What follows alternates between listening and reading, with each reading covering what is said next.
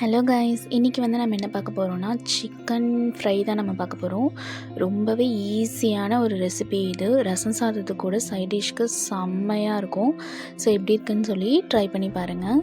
First வந்து பேனில் கொஞ்சமாக ஆயில் ஊற்றி வாஷ் பண்ணி வச்சுருக்க சிக்கனை வந்து நல்லா போட்டு எண்ணெயிலே கொஞ்சம் நேரம் வதங்கினதுக்கப்புறமா 2 டேபிள் ஸ்பூன் வந்து குழம்பு மிளகாய் தூள், கொஞ்சமாக கரம் மசாலா, கொஞ்சமாக ரெட் சில்லி பவுடர் இதெல்லாம் ஆட் பண்ணிவிட்டு தேவையான அளவு உப்பு ஆட் பண்ணிவிட்டு இதை வந்து அந்த எண்ணெயிலேயே வந்து நல்லா வதக்கி விடுங்க. நம்ம இதில் வந்து கொஞ்சம் கூட தண்ணியே ஆட் பண்ண போகிறதில்ல. இதை மூடி போட்டு வேக வச்சிங்க அப்படின்னாலே சிக்கனில் இருக்கிற தண்ணியிலேயே அது வந்து சூப்பராக வெந்து வந்துடும். ஒரு 20 மினிட்ஸ்க்கு இதே மாதிரி நல்லா பெரட்டி விட்டுட்டே இருங்க. ஃப்ரை பண்ணி முடித்ததுக்கப்புறமா ரசம் சாதத்துக்கு சூப்பராக இருக்கும்.